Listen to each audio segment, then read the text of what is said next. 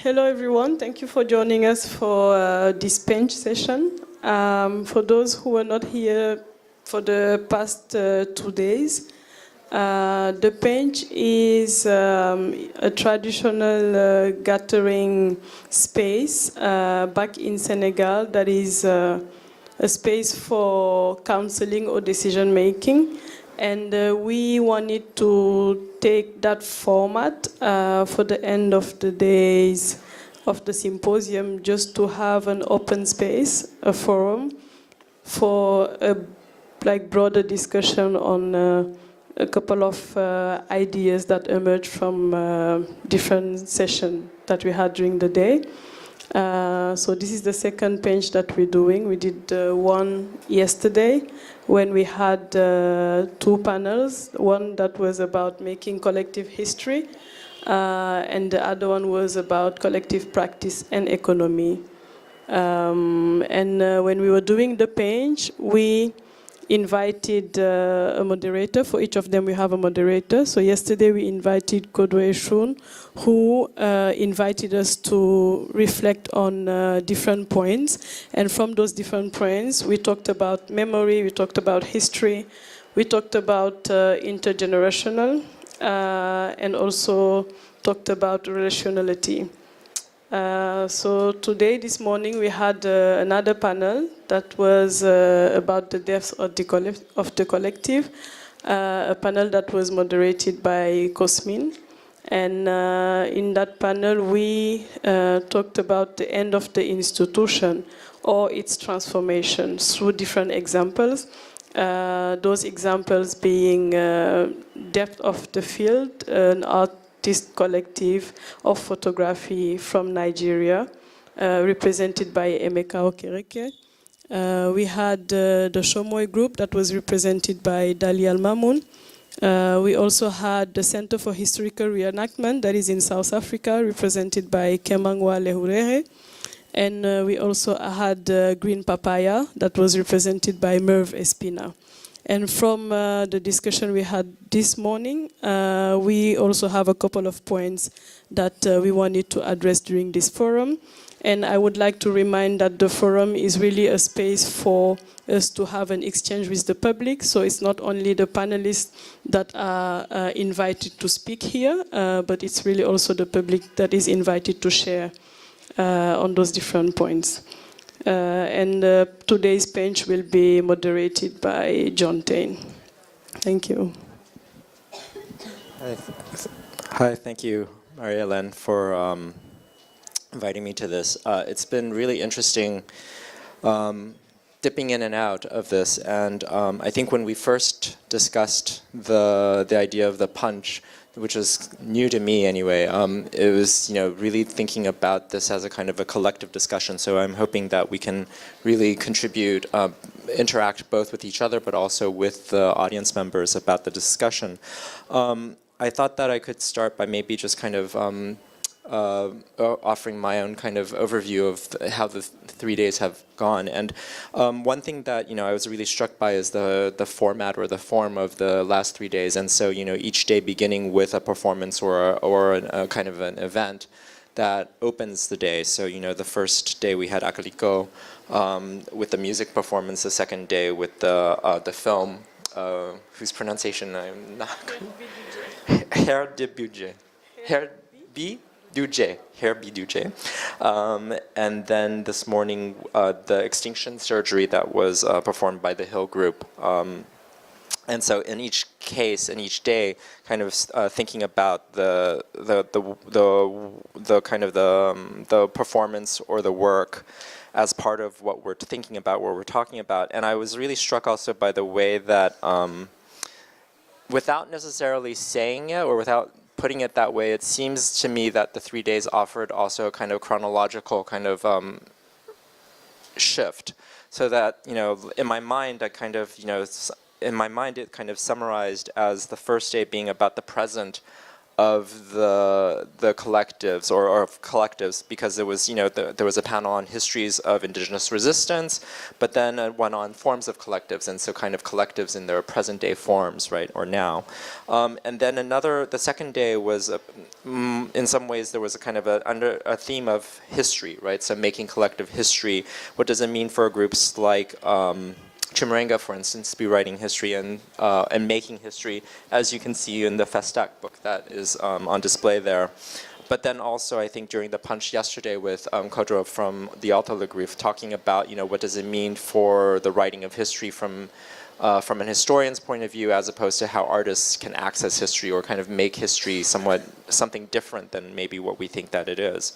And then today, thinking about the death of the collective, but then also this punch is about the future of collectives.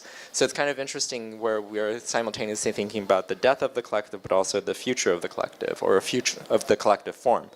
And it was kind of interesting to me that, some of the things that came out in this were, maybe as a counterintuitive idea, Emeka from Depth of Field saying that the collective, which we normally think about as being a gathering of people or a kind of a group of people, is not about a group of people, but it's actually about an idea.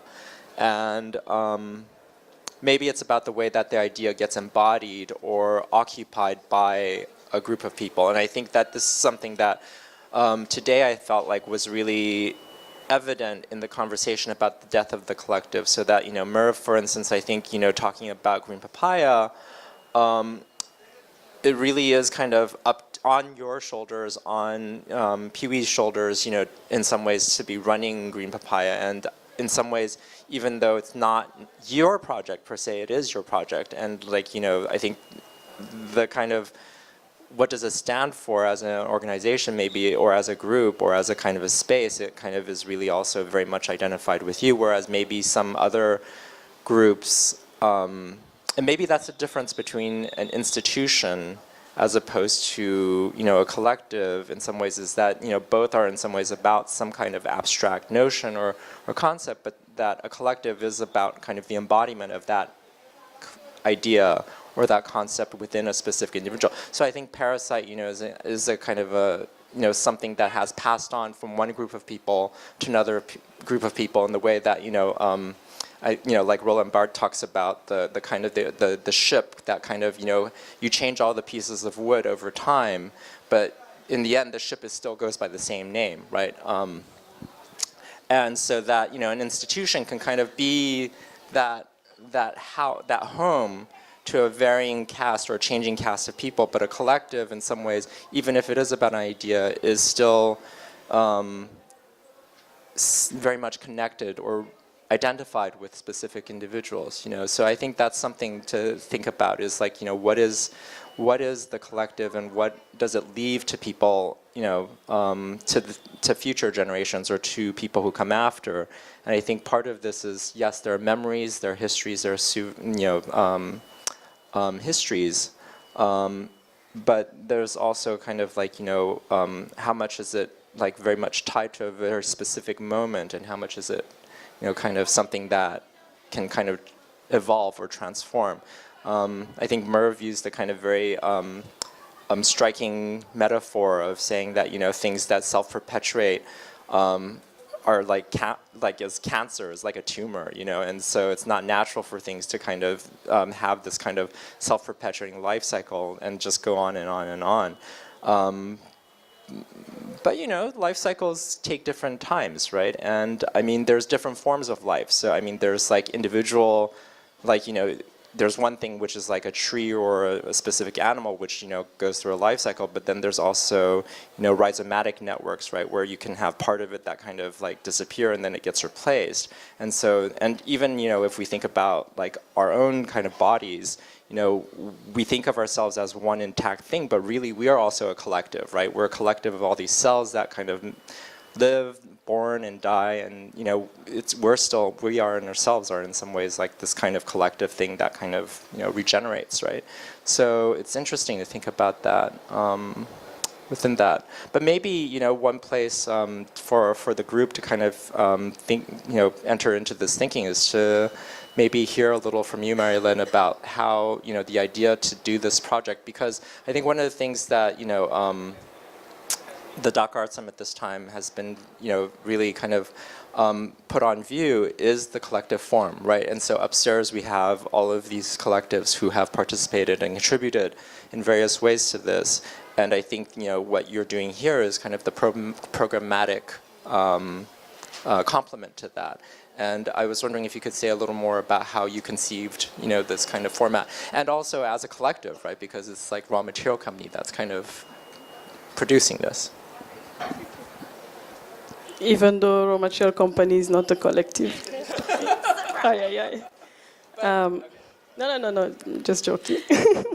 But yes, I mean, I think for us, when we received the invitation from Diana, and specifically when she told us about the theme of the summit and what she wanted to really highlight in this edition of the summit, it was clear to us that our proposition would be something that also replies to what the seismic movement is.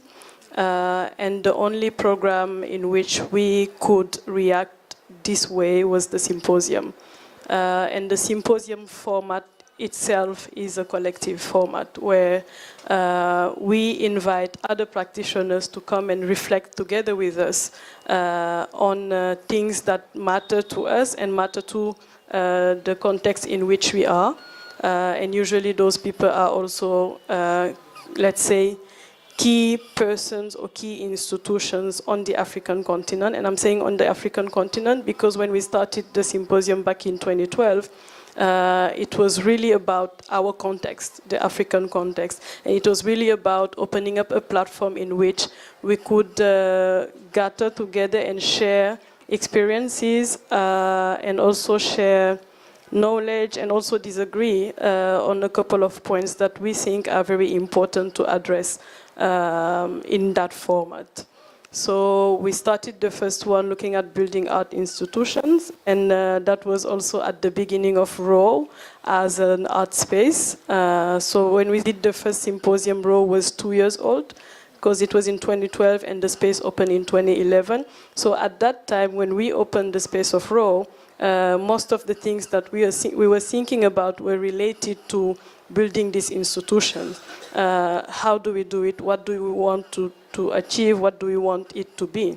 And then we walked further, and in the process of working further, we were more and more looking at ways in which we interact with our public, ways in which we interact with our context, and also how we inhabit that context. And since the beginning, for us, education was key to that, and the more we were going, the more we were realizing that we would like to also address the status of education on the African continent, thinking about how the curriculums are made, how the curriculums are adapted to the realities we are into, how it's not only something that should follow a Western model or what. And then we moved further after that. For the third symposium, we decided to think more on art history in Africa and the writing of art history in Africa.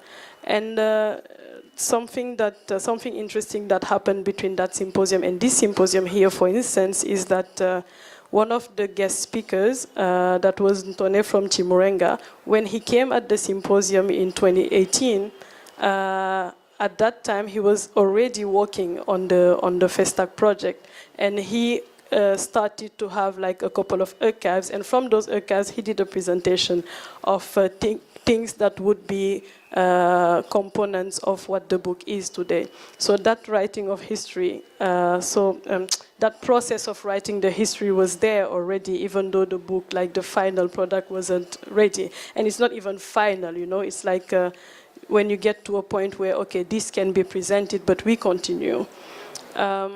So looking back at those 3 different symposiums and the proposal of Diana, for us it was very important to think of, okay, our context first as a basis to go from, and then from our context, what it is that we would like to address that resonates with the idea of seismic movements.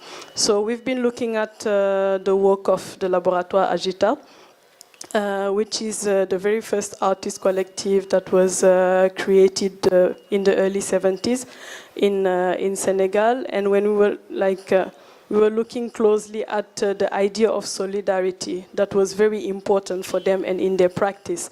And one thing that for us had to be a component of it is that the Laboratoire Agita played a big role into the understanding of the non-aligned movement in Senegal, for instance. So the idea of solidarity played a big role in that, and we wanted also to highlight it somehow. That's why we came up with the title, looking at translocal parallelism.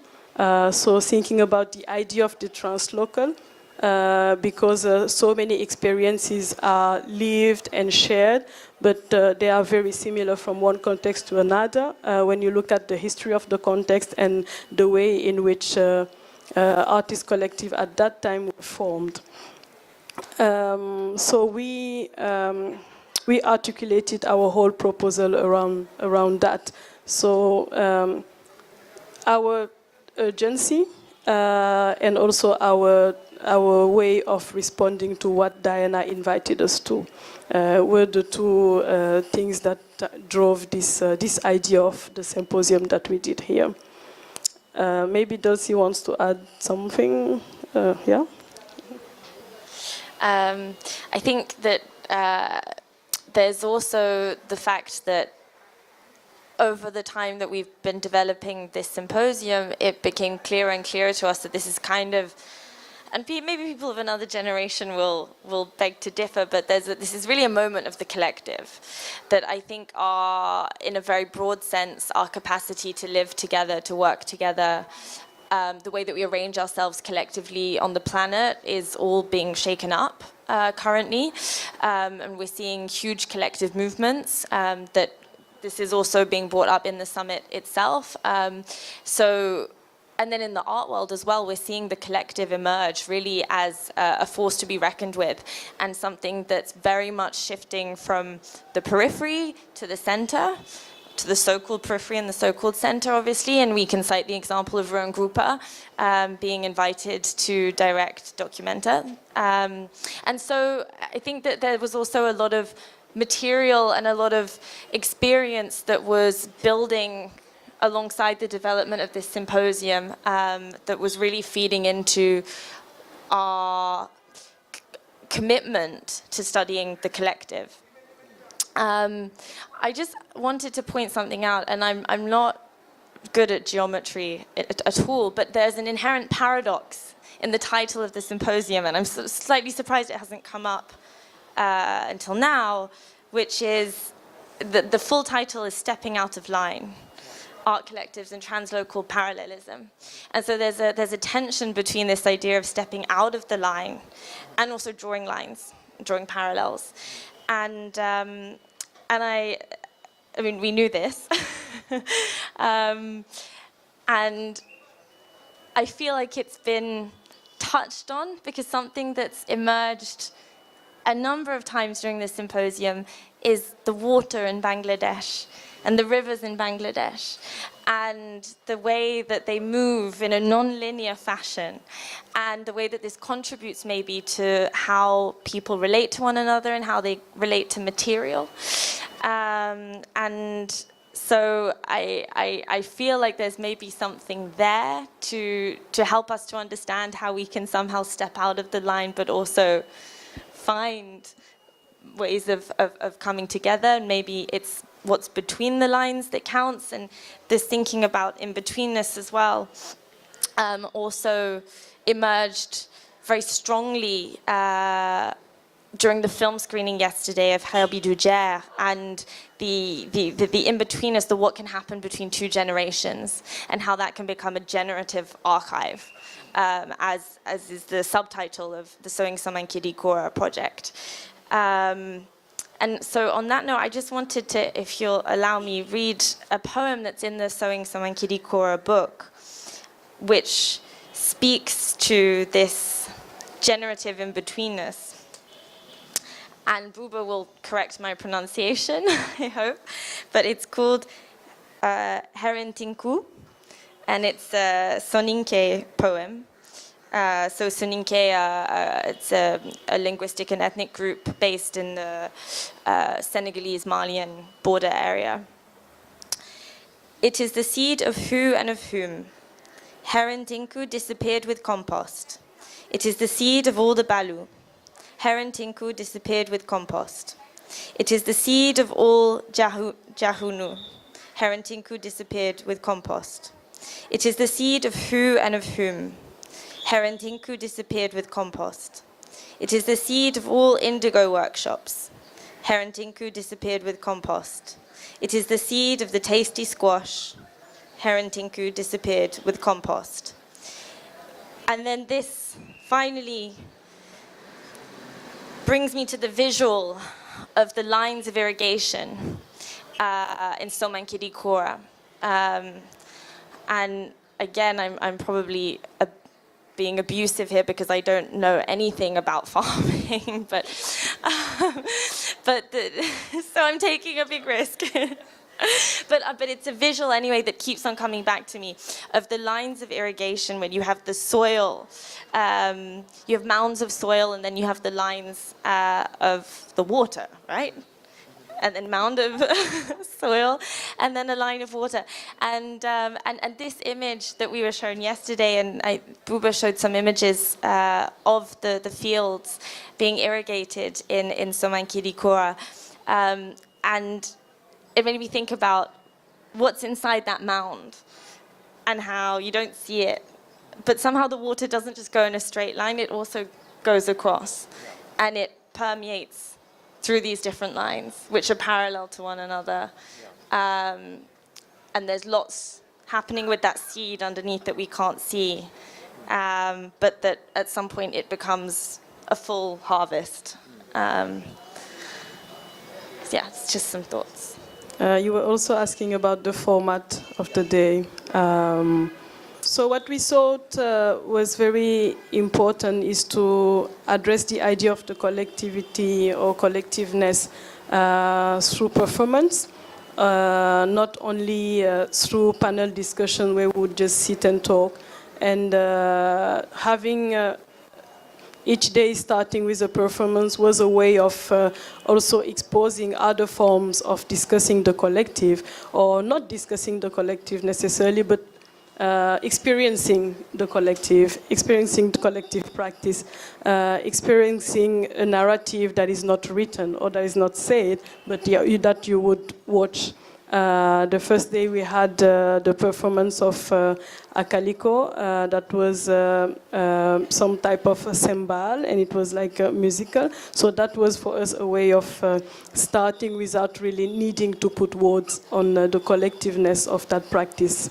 And the second day, the film that Raphael and Buba did in Somankiri Kora was also a way of setting the ground for all the conversation that would happen during the day. And today as well with the Hill Group, when we were talking about the death of the collective, the performance that we saw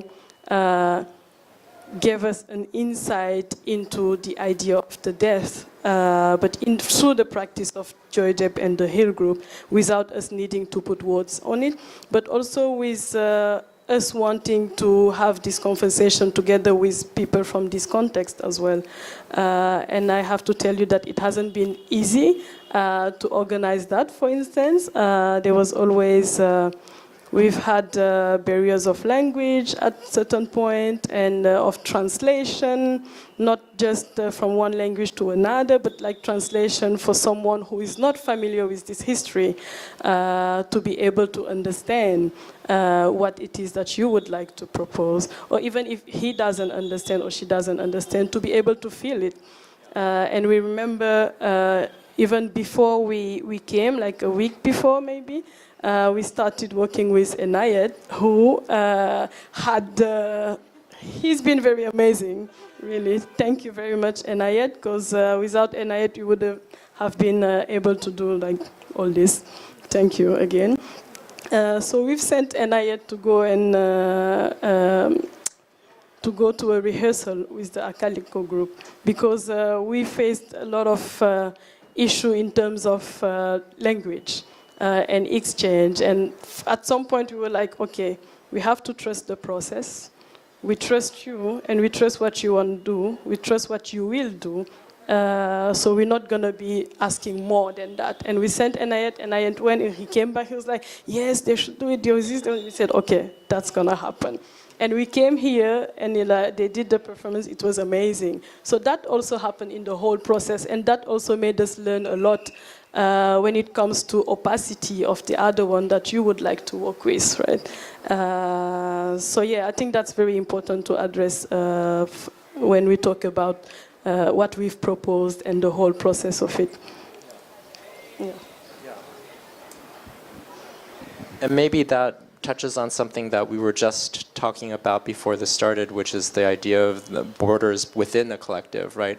And that, you know, a collective is not just kind of like of one mind, but that actually there are also these kind of, it's about the process as much of exploring the kind of the differences within the group and working through those differences and understanding that there are these differences and how to kind of, how they can be integrated and how they can be accepted, but also be part of it. I mean, I think this is one of the things that I was really struck by the panels yesterday and today is, I think, what Dulce, what you were saying is the transgenerational, right, kind of aspects. And, you know, so that today, for instance, it was relatively younger kind of groups, but also the Chamois group that, you know, was founded earlier. So there was like 80s, 90s, 2000s, you know, like later 2000s. So, you know, kind of seeing about the shift of the collective, right, as a kind of a form.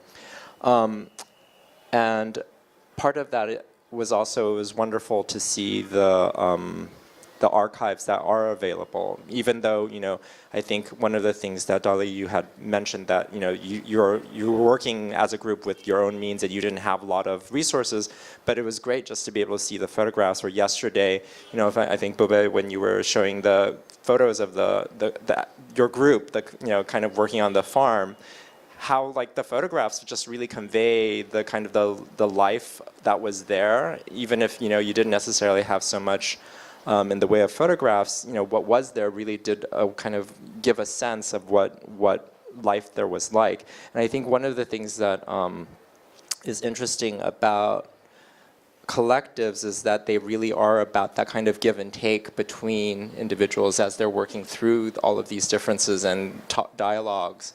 But, and how in some ways that those things aren't necessarily captured in an archive, in the sense that, you know, what we see is the invitation, we see the catalog, we see photographs, but we don't necessarily get access to the conversations that took place, because of course that happened live, you know, in the sense that it was like, you know, people sitting in a room and maybe over dinner or, you know, just having a meeting or whatever and talking. And so one of the things that's really interesting about the collective format is that in some ways it kind of resists the archive, because, you know, it's about the kind of the moment, right, and the kind of the conversations that happen in the moment. And I mean, this is something which I think about a lot, because of course, you know, as someone who works at an archive, who's at Asia Art Archive, you know, the question of how an archive can represent or kind of document the past and history, right, is something that is constantly on my mind. And thinking about, you know, the question of how an archive represents an individual life is one thing, because, you know, in some ways, an artist archive, for better or worse, has a certain specific format, in the sense that, you know, you can say, okay, well, an artist archive is going to consist of correspondence, you know, all the correspondence that the artist has, maybe notes or things related to their work, writings about the work. And so there's these categories that fit into what we think of as, you know, like an artist archive. And, you know, most archives kind of respect that or kind of fit within those categories. But a collective is much more kind of unpredictable in the sense of, because it isn't just about like, 5 individuals, it's about the interactions between those 5 individuals.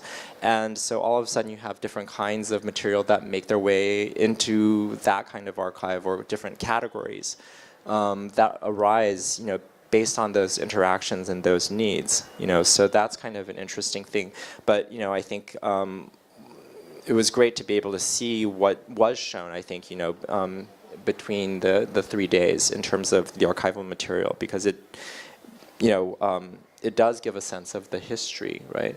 But I'm wondering also if one of the reasons why we're thinking about collectives isn't just because it's something that's internal to raw material company, thinking about like the condition reports and where the direction of those are going, but also if it isn't something related to kind of our history, our present history, in the sense that I don't know, I mean, like Cosmin and I are coming from Hong Kong, where I think the question of collectives and collective action is very much on the forefront of people's minds, and people thinking about how to interact, how to engage in.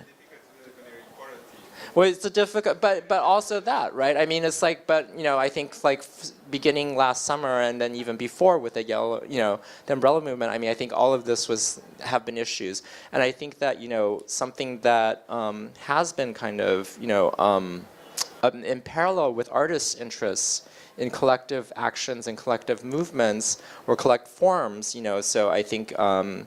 I forget if it was, I think it was Kaman who talked about social sculpture, right? The idea that artists aren't working with a medium per se, but that they're working on all of society and kind of shaping society. And in some ways, I think the interest in collective forms has to do with the understanding or realization that one single person can't necessarily affect as much change as a kind of a larger group, right? But I think part of this also goes in tandem or in parallel with social movements and the way social movements have kind of evolved. So it's not just like a political party, for instance, or kind of or a club or something like that, but also can be loose,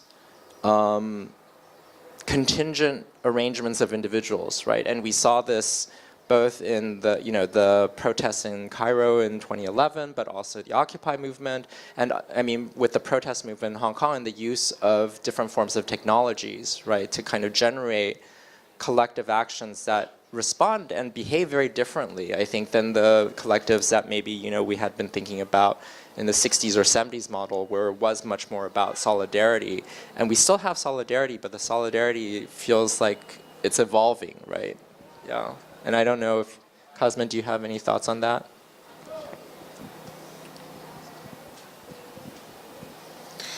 Well, I mean, I had just made this. Is this working? I mean, I had just made this joke about the quarantine, but actually there is something I think quite important there, because I think that is part of a dynamic, and I think that kind of like the forces that are at play in isolating individuals, and this kind of the complex of fear that is like currently created is not in a completely different narrative than the one that isolates individuals in other narratives, and to which collective action is being opposed to. And it is well known that in the case of Hong Kong, actually, like SARS and the horizon of fear that happened at the time, and the self-imposed isolation and quarantine of individuals very quickly at the end of the epidemics, and even before it actually ended, did have the paradoxic effect of bringing people together. And in many ways, the pro-democracy movement did start from that collective action that was, to a large extent, to a certain extent, also the kind of like reaction to the imposed quarantine, and to a reaction to the moment of when thinking that getting close to the other would bring upon you a specter of death, that then shifted into like we must come close to the others in order to affect the things that we need. That's just what I wanted to add. But also the way that the more recent collective movements do spread across borders, so that, I mean, most recently, I think, while everyone was watching what was going on in Hong Kong, I think then there was kind of like reports that what was going on in Hong Kong then kind of informed the protests that happened more recently in India, right? In the way that Be Water, which was kind of a slogan that Hong Kongers had adapted from Bruce Lee, then becomes a slogan that, Yes. gets picked up in Delhi. Specific, techniques and the lasers and the, Yeah, and so these kinds of technological kind of implementation. I mean, I think the question is also like to what extent this is like, a formal transfer and, the sort of to be expected consequence of the sort of globalized world and the means of communication, and to what extent is it really further something deeper than that? I mean, to what extent is it really part of a global collective action, and to what extent are these really connected? And to what extent that sense of collectivity and connectedness can actually like bring a surplus value by not being just, in isolated movements in specific contexts. I'm a little bit skeptical about that, but.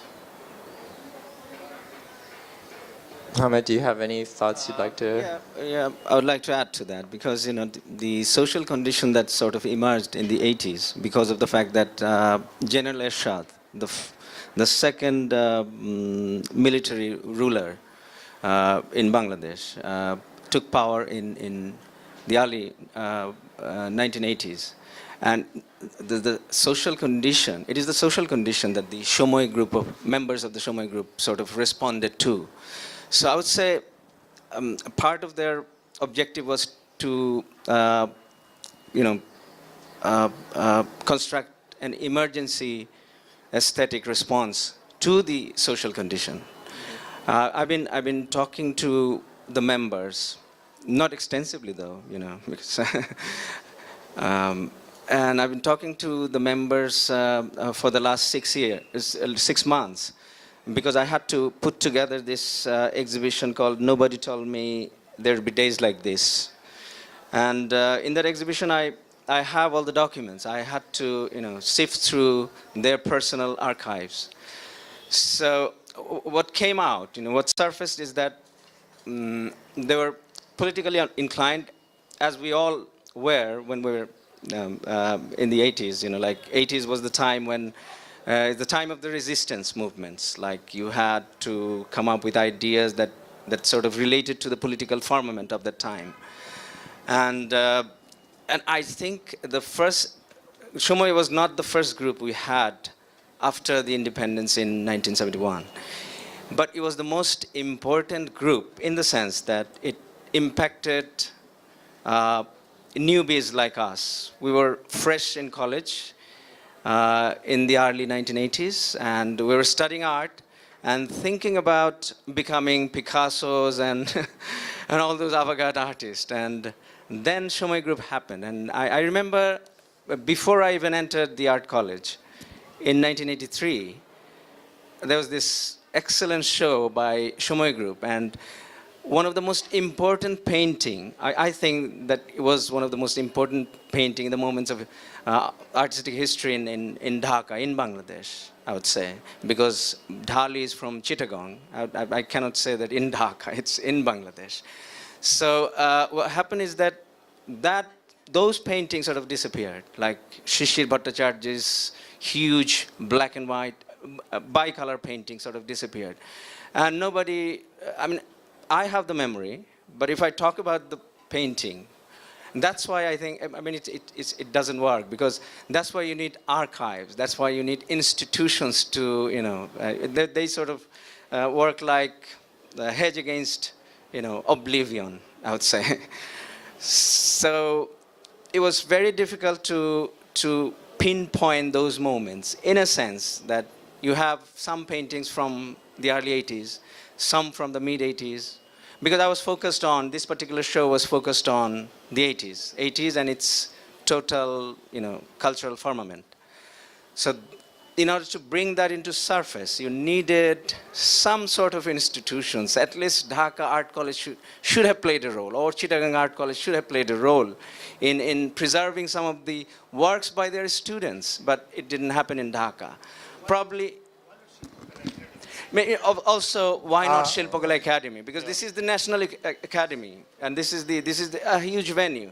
And there was this round gallery, I remember. I have no trace of that anymore here. It was a historic building, but it sort of disappeared because to accommodate this. And so I take issues with that. Please. No, it's fine, yes. It's true that we will really developing archive and keeping our history. That's very important point. Exactly. Yes, maybe the education institute have a different kind of duty. They are really focusing on curriculum and pedagogy. But the national institutes, those people are dealing with the art and culture and thought, and supposed to be, should have collect some images and or not only images, history. That is really we are missing. And I understand when you say that. I mean, archive is not good enough, because the people are there. They used to have conversation. They used to have ideas. Those ideas can still be remembered. And at least, I mean, the way you sort of draw an analogy, like the actual situation cannot be relived. It cannot be relived. What is memory? What is history? Is history. You cannot sort of bring that into the forefront. But you can talk about it, and in relation to some physical objects. But if the physical objects are not there, what happens to you is like, I find, as a curator, I found myself in between a rock and a hard place. And all the materials were drawn from, like, Dhali al-Mamun. The photographs are from Dhali al-Mamun. He preserved them. And also Wakilur Rahman, all the letters and all the other documents were there. And there were other institutions that sprang up in the 80s as part of the resistance movement.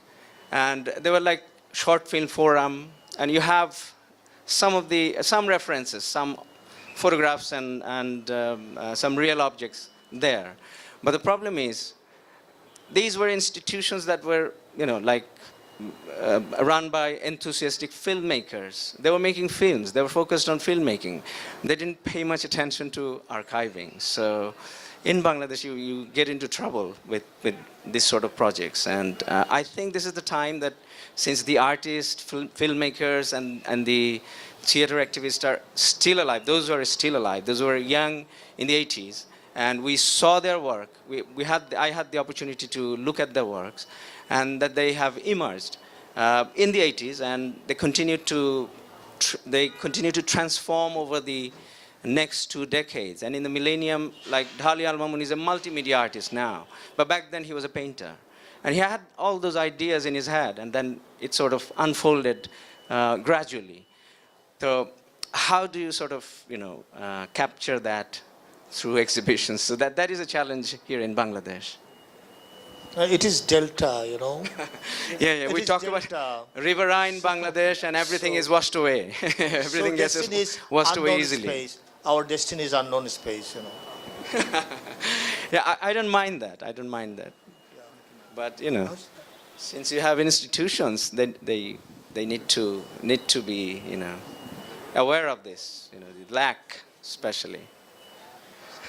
I mean, one must say that to a large extent, this is also like how Hong Kong sees itself. So it's also like how the cultural space of Hong Kong has been built on this, having an expiration date and, living on borrowed time and all these quotes of a space of impermanence, a space that always has a deadline in the future when, even its most fundamental, maybe not the soil, like in the case of Bangladesh, it's a very solid rock otherwise, but, pretty much everything else on that rock would be under question or would be potentially appended.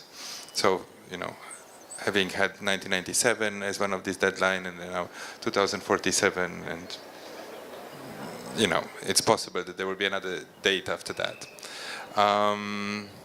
So in that sense, in these circumstances, building an institution and a plea for permanence or for continuity is a form of resistance. So in the previous discussion, I did mention that yes, on one hand, there is an obvious conservative way to read the plea for institutions, but in spaces where uncertainty and impermanence and the fleetingness of memory are the conditions that define that space. Bringing an opposite situation, creating continuity, creating an anchor for memory is a form of rebelliousness ultimately. So I would say that to a large extent that would be the case in Hong Kong as well. Well, I think that raises also an important point, which is that the kind of the meaning or the significance of our actions kind of really depends on the conditions in which, in the context in which they arise, right? I mean, I think in one context, maybe wanting to create an institutional memory or kind of build this kind of permanence is something that could be seen as something that's conservative, but in another, it is a kind of a form of resistance to that, or even the very fact or the act of making a collective, right? I think one of the points that came up this morning is that there are very specific rules and laws about what gatherings of individuals is permitted within specific countries, right? And so I think in places where the very form of civil society itself is not necessarily a given, like you can't just take the freedom of assembly itself as a kind of like something that you have the right to, then the collective itself can be can take a very charged form, right? And there's a precarity in the acts to that is shouldn't be forgotten, I guess. So, yeah. Okay, should we? Yeah, and I don't know if there's people who want to questions from the audience or.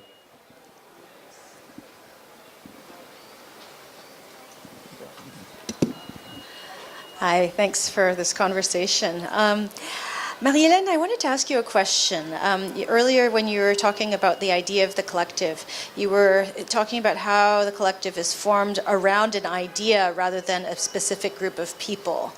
And I'm curious about how you imagine the connective tissue of collectives, in the sense that the group has to be formed through certain ideas of groupiness, meaning like the solidarity, the modalities of solidarity that link that group. And the classic sort of endpoint for the death of the collective, and I'm sorry I missed the earlier conversation about this, is when the collective fails because its members disagree. And I'm wondering if if you have any thoughts on, what kind of glue or what kinds of ways do we have of thinking about these collectives that could allow for a certain kind of flexibility, a certain kind of, continuity of the collective that doesn't necessarily have to be formulated around an idea, which could allow for dissent, or what are the mechanisms for dissent within that kind of collective?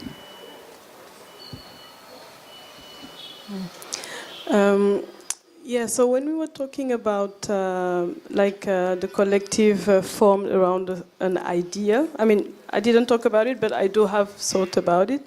And the tissue of you're talking about the tissue of the collective.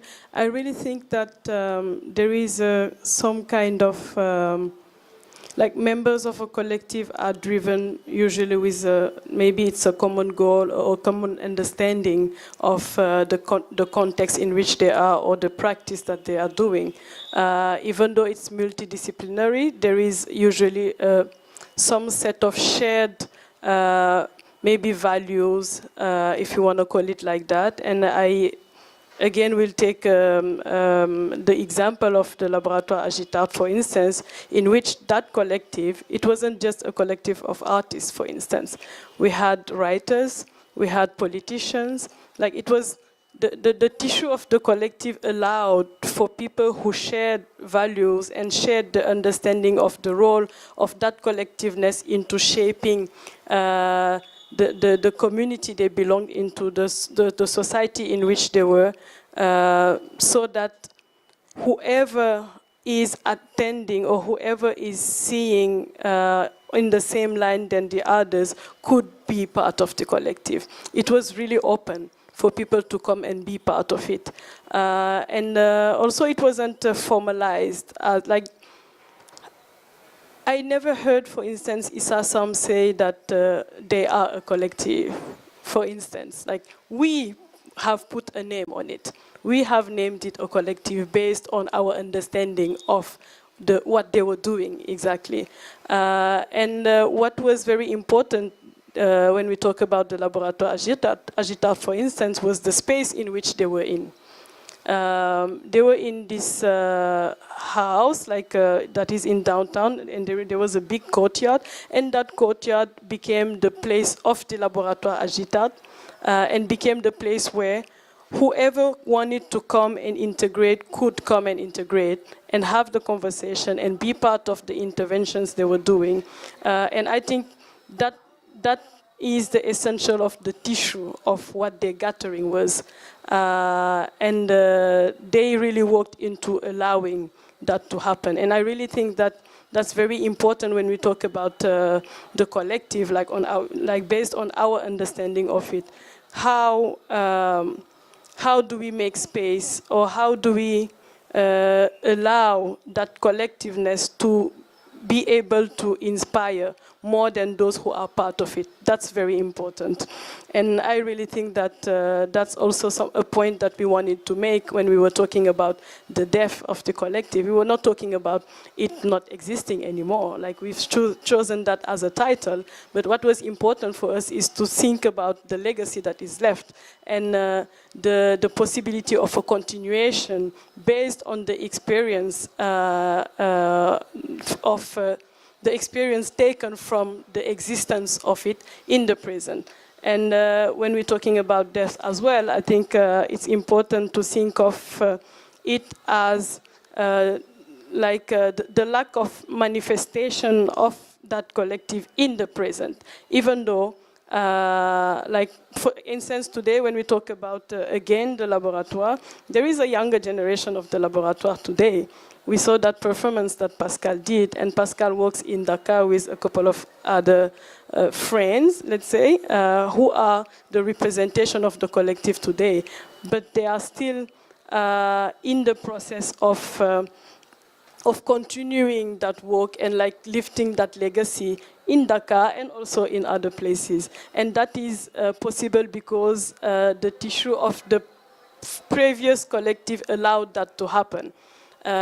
All of them, when they were younger artists, they were all hanging out in that courtyard. They were all like working under the umbrella of the artists that formed the Laboratoire Agitat back in the 70s, to the 80s, to the 90s, to the early 2000s, until most of them passed away, unfortunately. But yeah, I really think that they really worked into opening up for it to be continued with a younger generation. And I really think that that's the type of structure that I believe allow for a continuation, even if it's in another form. Yeah, and I think that one of the things that is really striking is also the variety or the different kinds of collectives that we have seen in the last few days, or even upstairs, right? Like, they manifest in very different ways. Yeah, okay. They manifest in different ways, and so, you know, we have, like, yesterday there was a kind of a farming cooperative, there was an artist union, there, you know, it was like different, there was a kind of a cafe, you know, group that runs a cafe. So it kind of really and today, you know, we have, you know, with the Chamois group, which is a group of artists who are kind of gathered together to kind of create exhibitions and kind of promote their work, but then also like Green Papaya, which is less about like your own works per se than, you know, like thinking about like making a space for for other artists, right? So it's like, how does that manifest? And it can manifest in very different ways and have very different goals. So I think one of the things that, I guess one kind of loose way of answering the question is that people come together for all kinds of reasons. Sometimes it's like for very specific purposes and to achieve certain aims, but then sometimes it's also to have that experience of being together and kind of understanding what that means. I mean, I think that this is one of the things that, for me anyway, was very hard to understand when I was like researching feminist groups, for instance, in the 70s, is consciousness raising sessions and what exactly that meant to like have this format where people had to sit around in a circle and listen to each other, and they had to just kind of talk, and everyone had to talk. And so in some ways it was about imposing a certain kind of egalitarian, non-hierarchy between the members, right? And making space for every person to talk, but also in that space then people could understand, or at least try to understand, like, what separates them, but then also what brings them together, right? So, I don't know, yeah. Okay. I know this is, again, I'm just adding with her that about the idea of collectives. And you're talking about freedom also. So idea is basically any idea. When we form any idea, it's of course it's based on a discourse. So when we create a discourse and idea, eventually we create a boundary, or what about that? But how can we accommodate the freedom into that particular boundary? That's my questions.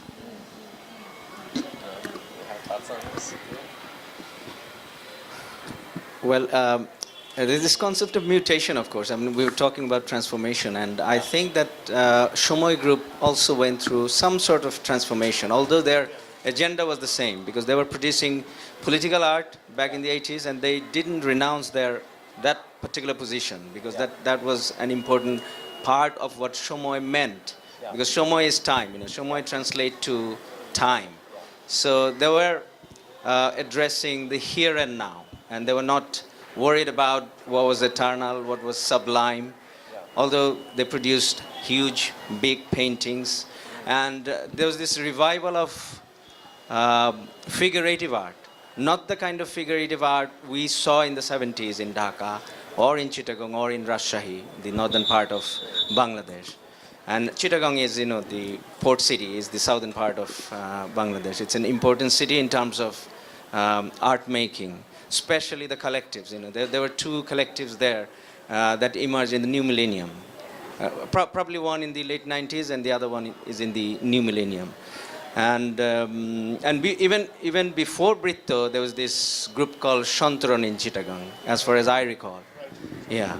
So and Dhali came from Chittagong with this idea of dovetailing the high art attitude with the low art that people sort of didn't like in the academy. Like artists were teachers at the academies, both in Chittagong and Dhaka.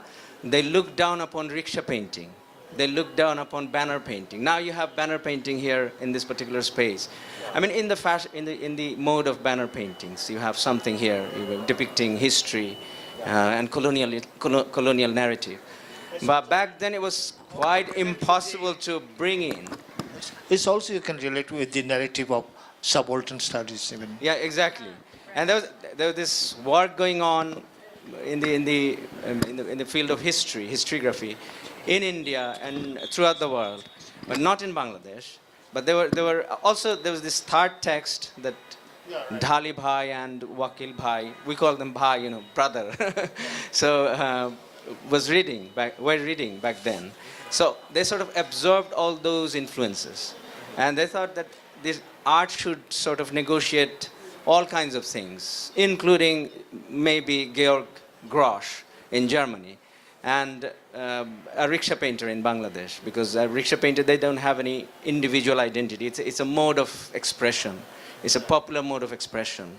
Everyone, sort of dedicate to their energy and talent too. So the idea, they disbanded not because they stopped they didn't stop sharing their ideas. They didn't stop their conversation, because they're still in conversations with one another now, at present. But what happened is that all sort of media came into the art scene, and Dhali Bhai started doing installation art. And I remember Shishir Bhattacharya saying that, I don't think, for me, that's an option, because installation art, what is installation to me? So I think probably it is because of the mode of expression, not the agenda, that sort of led them astray, if I call it that, because they disbanded in the mid-1990s. That was the last exhibition they had. The fact is that the last exhibition they had was in 1995. 96. Yeah, 96. Okay. So the idea of transmutation was already there. They sort of changed into something else. And they became individually more important than the group. So that was, I think that is my observation, that played an important role, because Wakil Bhai became Wakil Bhai as an artist, Wakilur Rahman. And Dhali al-Mamun became Dhali al-Mamun. I mean, he had his own way of using figurative motifs, and also he turned into a multimedia artist in the 90s. I think probably he's the first artist, alongside Mahabubur Rahman, who introduced video art in the Bangladesh art scene, to the Bangladesh art scene, in the late 1990s, 1997 perhaps, yeah, as far as I recall, after my research. So the media sort of, and the art scene was changing, the patterns of art making changed, the patterns of association sort of changed.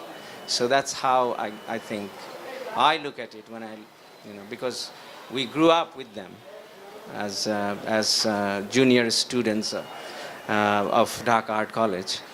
So that's how I look at it now, that they sort of grew out of their, their sphere of association, and sort of went to different places, like Wakil Bhai, Wakilur Rahman traveled to Germany, settled there, got married, had children, and Dhali al-Mamun became a teacher, and played an important role in the developing art scene in Chittagong. My questions to you, about the freedom and idea, how you can really relate in your collectives. So to me, it's a kind of a dilemma or paradox. I also have a response to that. Yeah, please. I don't have a choice. No, I really believe that the collective shouldn't prevent from the freedom of the individuals. And I strongly believe that even if we step out of the collective and we go into institution or any form of structure, I really believe that each individual should be seen in that structure, shouldn't be hidden by the structure, because the collective is made of the individuals. Actually, we can't talk about the collective when there are no individuals. So I really believe that there should be an understanding of the importance of seeing the individual and giving value to the individual within the collective.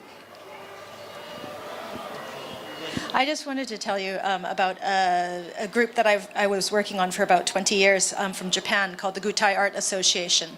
And they thought a lot about this question about the relationship between the individual and the collective, especially in the context of post-war Japan, where they had just been through a war which was an unjust war, and where they felt that the collective and the people's unreflective dedication to the collective was the cause of the root cause of totalitarianism. So they thought very much about questions of the individual as being a way of rooting out this kind of attraction to totalitarianism.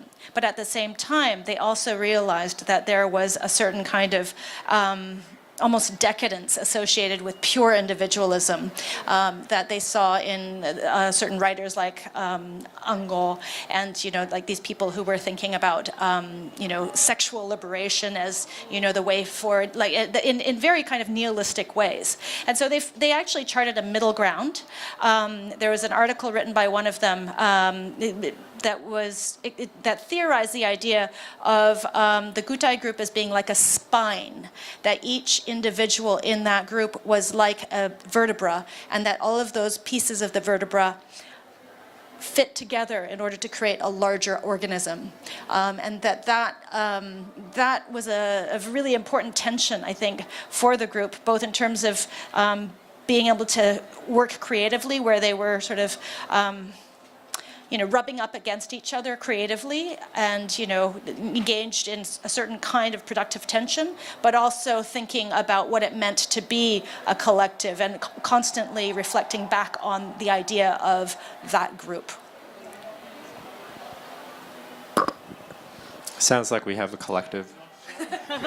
Something going on. Can I maybe add something into that in terms of the collective not always being a good thing, or the collective enabling bad things to happen, or a kind of amplification? So Morgan Quaintance, in an article called Cultic Cultures, talks about how in like neo-capitalism and the rise of individualism, the collective has been seen as a reaction against that, and therefore a lot of the time like an inherently good thing. But if we look online with the rise of the far right and these echo chambers on stuff like 4chan, that has led to a huge amount of violence from people kind of echoing each other. He talks about the fact that this idea that collectivism is good and individualism is bad is not, it just doesn't work. He talks about how the internet amplifies this. Collectives, as you were saying, have a kind of set of values that bring people together, and all of the things we've been talking about have been good. We've been talking about freedom of expression, resisting authoritarian governments. But I guess my kind of question is, how do we generate a collective that is true to itself and has a set of values and is a group of members, but also isn't isolationist from the other people outside the collective, and doesn't become an echo chamber and amplify? I think I can add to that a little. Like there's this concept of akrabari in Bangladesh. This is these are Sufi spaces, basically Sufi saints. They sort of introduce this akra. Akra is the place where you get together. The interesting part of it is that, Hindus, Buddhists, and everyone could come to that place and share. The wisdom that they used to sort of release from that particular space, or ideas that they shared. They were party to that. Everybody, the communities were party to that. Like if you go to Lalon's Accra, you'll find all the Muslim sects there, even Hindus there. All the sects, all the castes are there. So it is casteless, sectless, something like that. So it has little to do with individualism and the kind of identity politics that we see making trouble on the horizon, on the political and social and cultural horizon. There's no question of going into that either. So because of that particular saint, whether he is alive or not, whether he is absent, that akrabari works like a convergence of minds. So that's an important idea that you can borrow. Like we've been affected by that in the 1990s or in the millennium. We've been thinking about it. It's in our conversations now. I think it's a very important point to raise, and it also brings me to something else that's been on my mind for the last 3 days, which is the question of responsibility.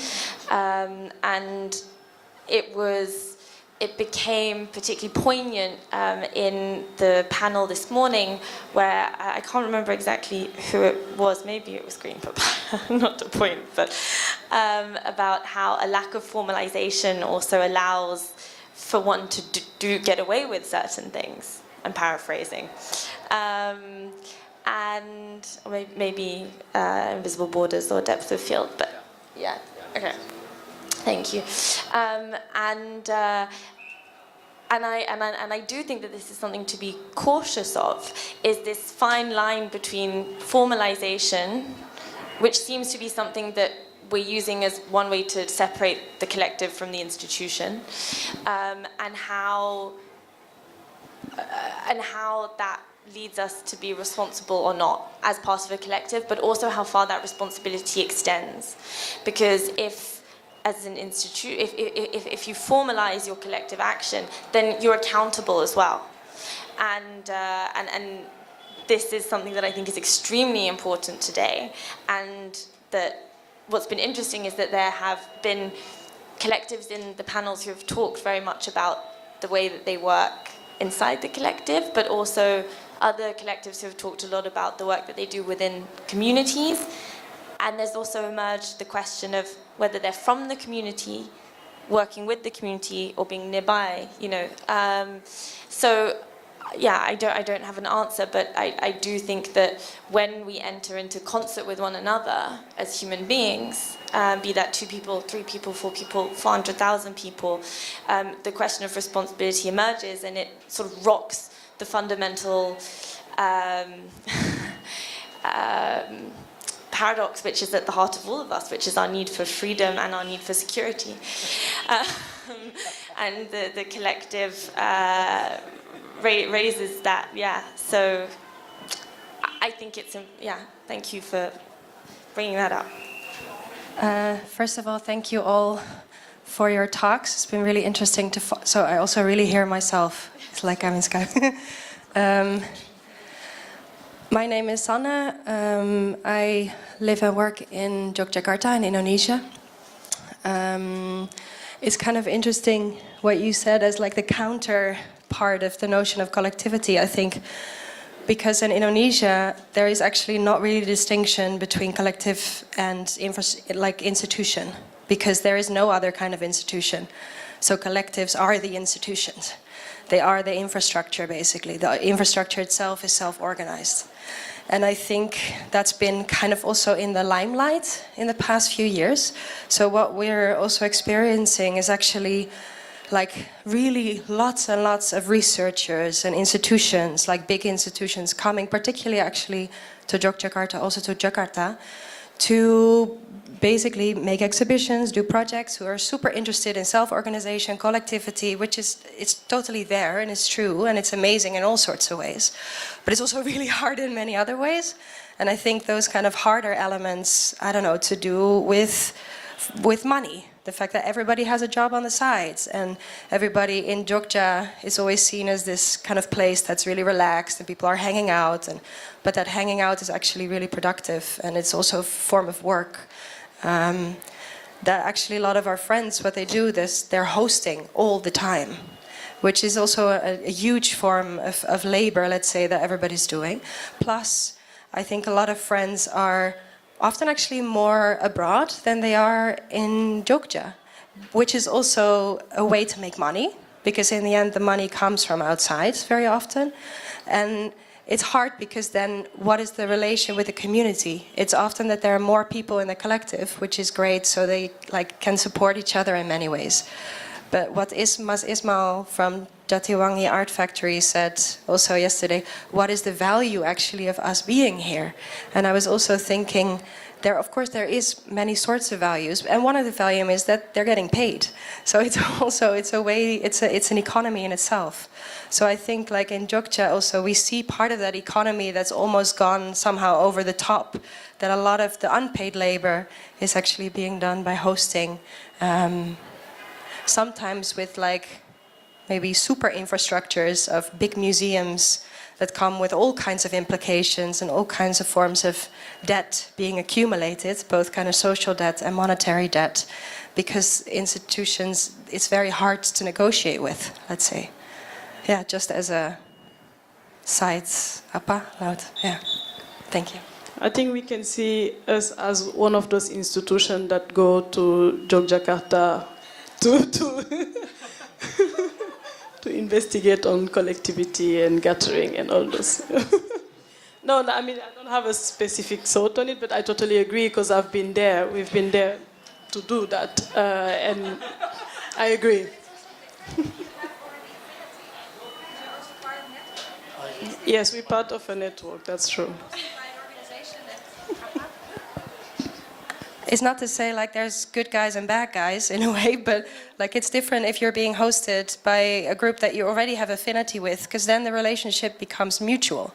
No? No, I agree. I agree. And actually, both of the time we were there, it was because of like a program that we had within our network, and it was exchange time and everything. But still, like the hosting is so naturally done, and it's so generous that at some point you're like, wow. Why did we stay for so long? Because these people haven't been sleeping. These people, you know, like you really start to be very conscious about you really being in the space for a long time. And not saying that it's bad, but it's just that you start thinking about the whole system that is in place there and how it works, and them needing to also to go and work elsewhere to earn some money, etc., etc. And yeah, I think it's something that needs to be paid attention to.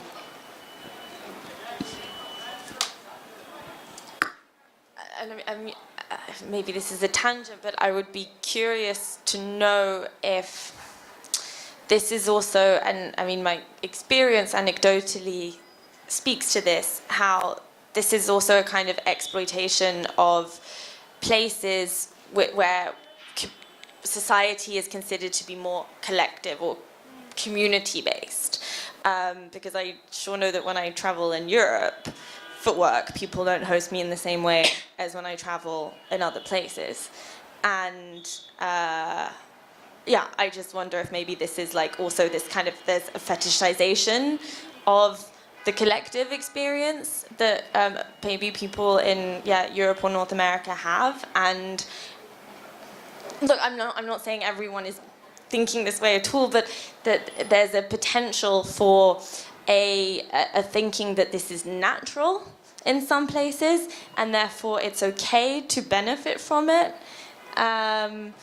when it may be more practiced. Maybe it's just something to be wary of.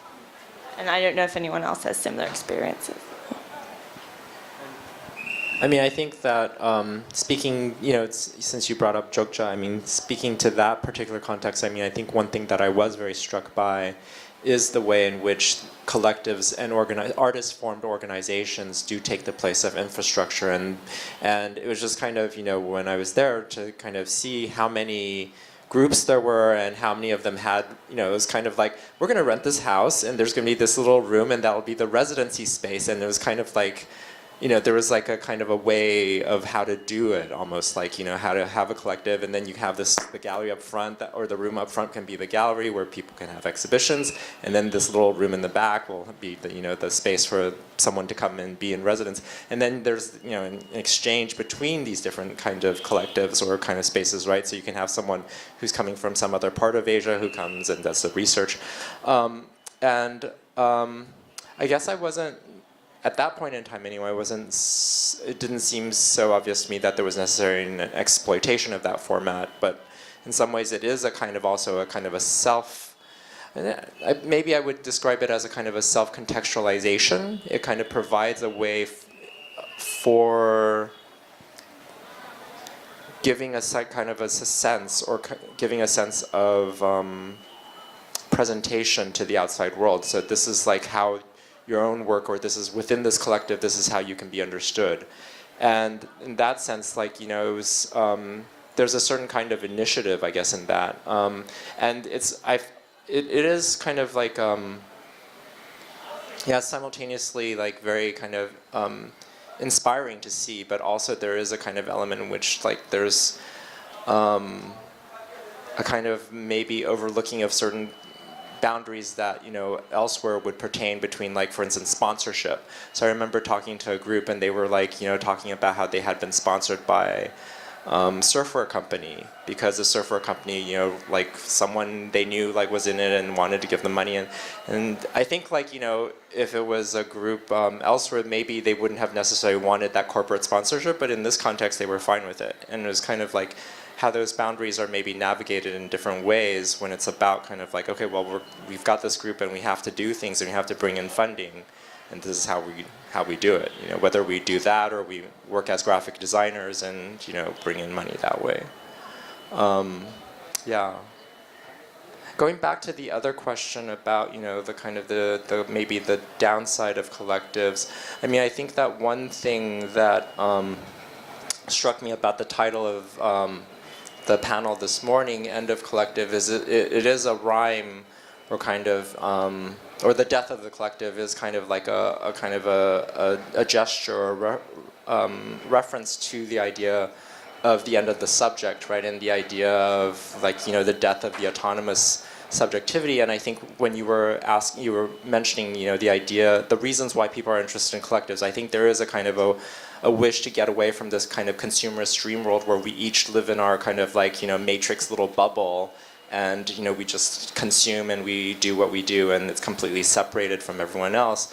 And so that's maybe one of the motivations for that kind of, you know, seeking out of those kind of collective experiences. And you're right that it can feed into these kind of echo chamber situations where people then kind of end up in this other kind of reinforcement of certain kinds of subjectivity. But I'm wondering if maybe one way of thinking about or addressing your question or responding to your question might be something that Marie-Hélène pointed to, which is, you know, the collective is not necessarily about the end of the individual, or it's not about the disappearance of the individual, which in some ways like is one way we can think about fascism, right? Fascism is about the merging of the individual within the collective, right? Or a certain kind of a collective, but rather the ability to maintain individuality within a kind of a format, so that there is a kind of a dialogue, the possibility for disagreement, and not this kind of superimposition of a uniform identity. You know, so I think that may be one way of thinking about, you know, how do we think about collectives in a way that can be socially productive, you know? Collective arts is really, I think, it's moving with the human being, or Homo sapien, from the very beginning. Homo sapien was really lonely. When they were looking to the animal, it is also for their own existence. Even cave painter draw the animal. It is not simply they are looking to the animal for drawing. They are looking for the meat, looking for the skin also. So I think collective art is itself is very much essential for existence of Homo sapien. And loneliness and the individualism is an era. It is beginning with the modernism. Modernism actually keep us pushed to in a compartment. But today we again reconsider the collective effort, collectivism, collective existence because of our existence. Like knowledge. Parallelly, knowledge is also tools for human existence. That's my opinion, that's my understanding about collective arts. Yeah, and so when we were talking about that just now, absolutely, this idea that modernism created these bubbles, right? But I think it's important also to think about the collectives that came out of that moment, you know, artistic collectives like Dada, Surrealism, you know, early forms that are in some ways, I think, as you say, a response to that fragmentation of society. Yeah, and I just thought I would just give a quote that Reiko Tomi likes a lot from Yoko Ono, and she says, "A dream you dream alone is just a dream. A dream you dream together becomes reality." That's a slogan for collectivity if I heard one. That's what we'll put on the T-shirts. The souvenir. Yeah, condition report T-shirt coming soon. Oh my god. For our collective. When did you say this? I wish I had a date for you, but I'm sure if we looked at Isn't that part of her book? I don't know. That Grapefruit? Yeah. It might be in Grapefruit, which would be 1963 or something like that. Yeah. Okay. Seems like a good place to...